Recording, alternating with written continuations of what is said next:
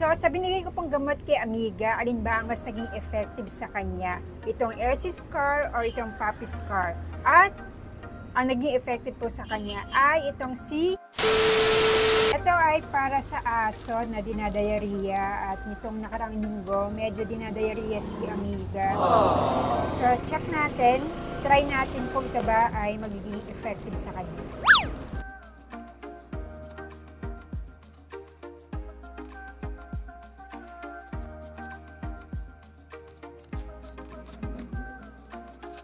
Yan. Ang pangalan nito ay Elsie Scar or Elsie Scour. Yan. At ang size ito ay 60 ml. So, ayan siya. Meron ding instructions sa loob. Meron ding pamphlet. Ayan. So, una ko muna ginagawa, sinishake ko muna itong gamot, tapos sinahalo ko sa pagkain. Kasi, hindi magustuhan ni Amiga itong gamot, kaya ganyan ang ginagawa ko. And then, 3 ml ang nilalagay ko sa pagkain niya. Pagkatapos, hahaluin ko ito. Saka ko ibibigay kay Amiga. So, ganito ang ginagawa ko pag binibigyan ko siya ng gamot at hindi niya nalalasahan yung gamot, kaya nauubos niya yung pagkain. Sinubukan ko rin bigyan ng kalabasa si Amiga, napanood ko ito sa YouTube, pinapakuluan ko and then hinahaluan ko ng chicken cubes saka ko dinudurog. At nagulat nga ako kasi nagustuhan naman ni Amiga, kaya lang ang problema, nung time na yan, dinadayariya pa rin siya.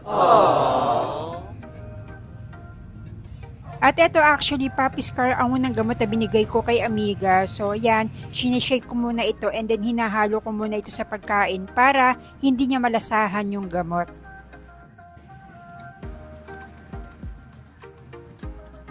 At dahil hindi mawala ang diarrhea ni Amiga at hindi ko maintindihan kung bakit, ito na yung mga nasubukan kong painom sa kanya, ang Hydrate, Dextrose Powder, Diatabs, Ersiflora, pati na rin ang Yakult. Ganito nga pala magpainom ng Ersiflora. So nakalagay ito sa isang plastic tube and then ititwist mo yung cup para mabuksan mo. And then para din itong Yakult, kailangan ipainom mo agad ito kasi ito ay live bacteria.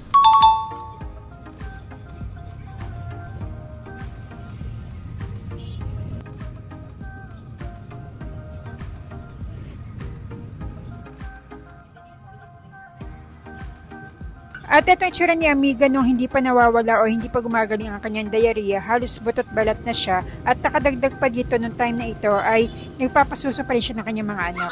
So sa binigay ko pong gamot kay Amiga, alin ba ang mas naging effective sa kanya? Itong Elsie Scar or itong Puppy Scar?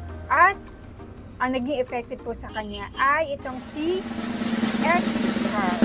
Well, disclaimer lang po ha, hindi po ako veterinaryo. Trinay ko lang po ito, nag-search po ako sa YouTube kung ano po ba yung mga gamot na binibigay sa aso. Kasi nga po, alam naman po natin na medyo may kamahalan po pag magpapacheck up tayo sa veterinaryo. So ayun, nag-search po ako sa YouTube at napanood ko po itong dalawang gamot na ito.